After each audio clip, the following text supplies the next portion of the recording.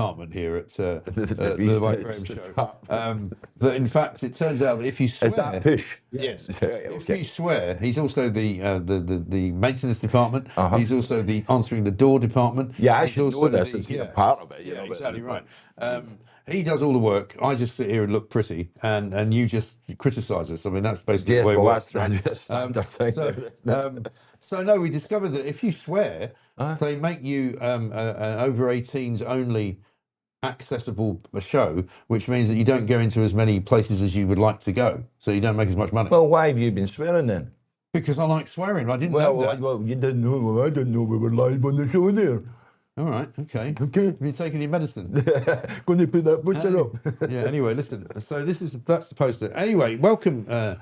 Good London. Morning. Very nice to see you. Very nice to see you last night, and thank you for buying me dinner. As I said, I've worked out a new form of how to not pay, which is to basically just at the last minute before you order the bill, and then you get the toilet and you don't come back. But you went to the wrong toilet, I hear. You went into the females' toilet. Well, to the reason I did that was because I couldn't get into the male one, because I went in the male one and it was all occupied.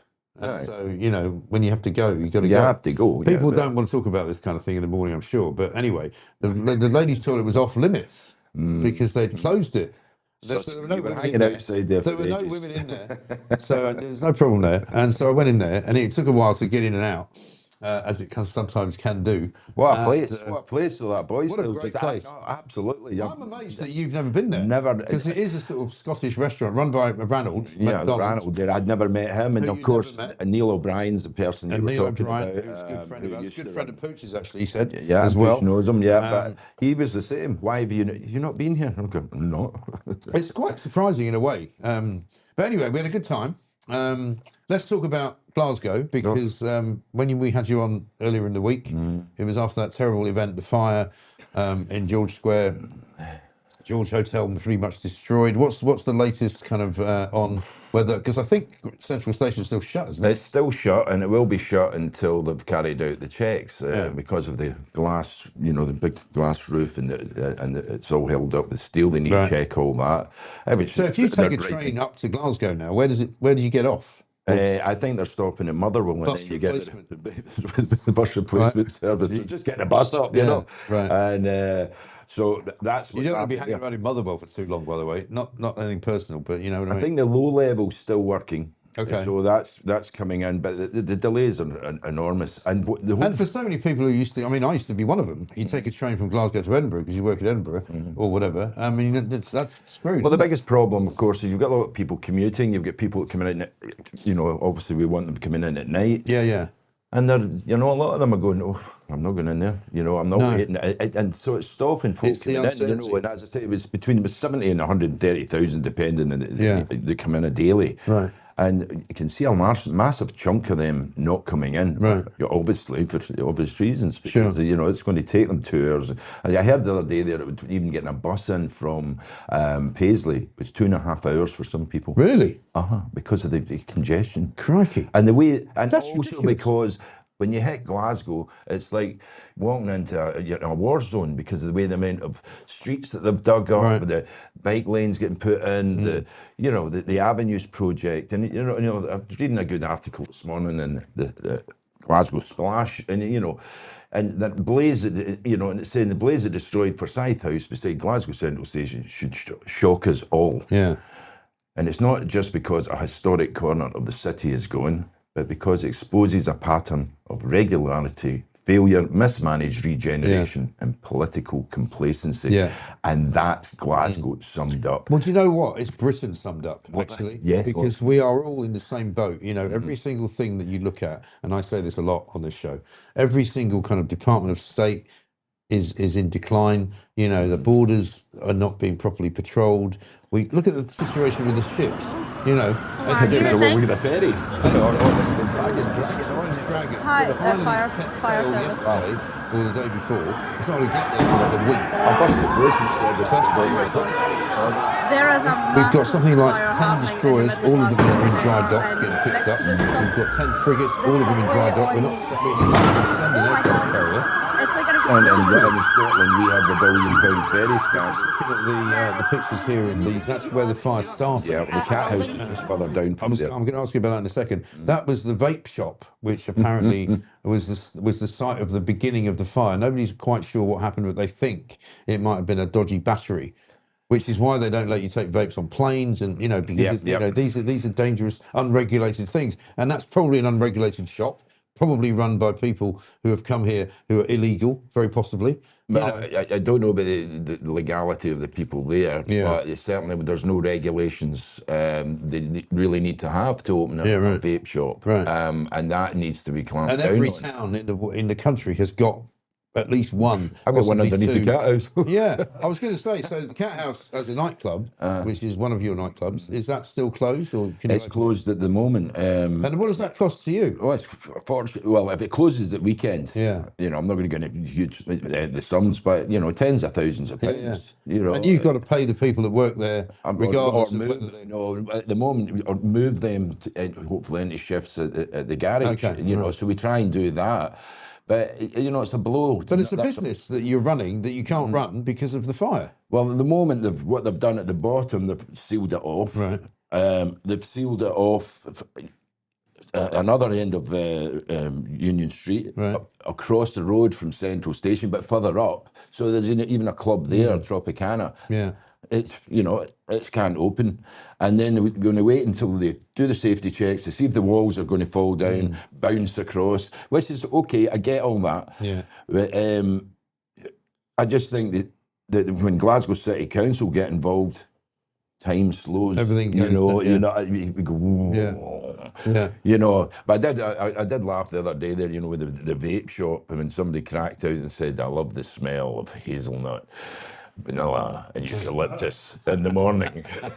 Yeah, I know. And I was like, what? That's just but that shop,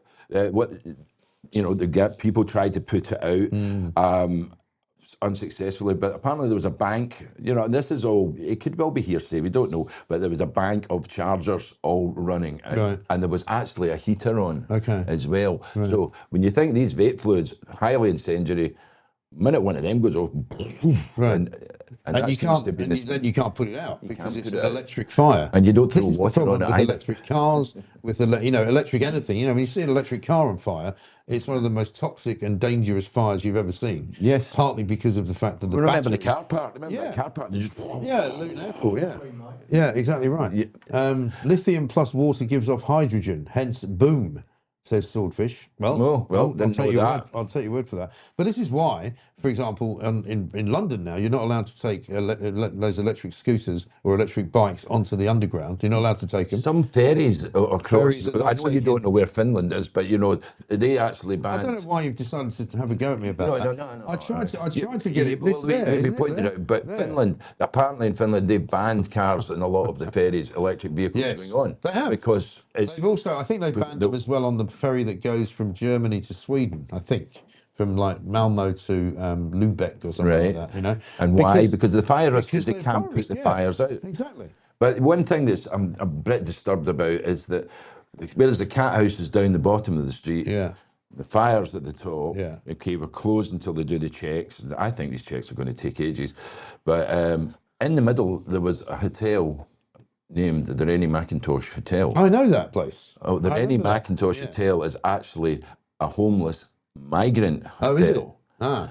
And is that still open? It's open. Oh, there you go. So it's okay. So that's all right for them. It's okay. They're allowed to. But wait a minute. If it's dangerous, doesn't matter if you're migrant, homeless, or anybody. Right. If it's dangerous, why are you living? I know.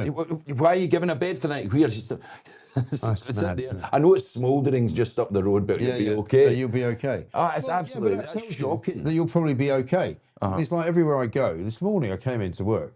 There was a traffic jam on the Old Kent Road at 5:30 this morning. There was as big a traffic jam as you'll get every single hour of the day. And I'm thinking, what's going on here? Turns out they've got it down to one lane. They've got a temporary traffic light. I'm going... everywhere I drive, there's a temporary traffic light. It's like they found out the way I go, and then the next day there's a temporary traffic light. It's terrible. It's ridiculous. And Glasgow is that you walk, you drive in, you can't basically move around the city in your car because they basically want you to stop using your car and walk or cycle, and maybe, as you were talking about earlier, get a horse and clip about, I'd rather have a horse than a bicycle, to be honest. So would that be? But I don't know where to tie it up.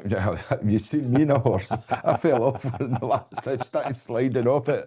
I can't get back up. But that's the trouble with horses. I mean, you can't really. I once went to Montana, right? To do. Do you remember Patrick Duffy, who was in Dallas, the guy who came out of the shower and it was all, a dream? Well, I was not. But his parents, right, lived in this little towny town in Montana. I can't remember the name of it. It was outside of Helena, Montana, which is where I flew to. And some guy broke into they had a bar, came into their bar, shot them dead, and took all the money, right, ran away.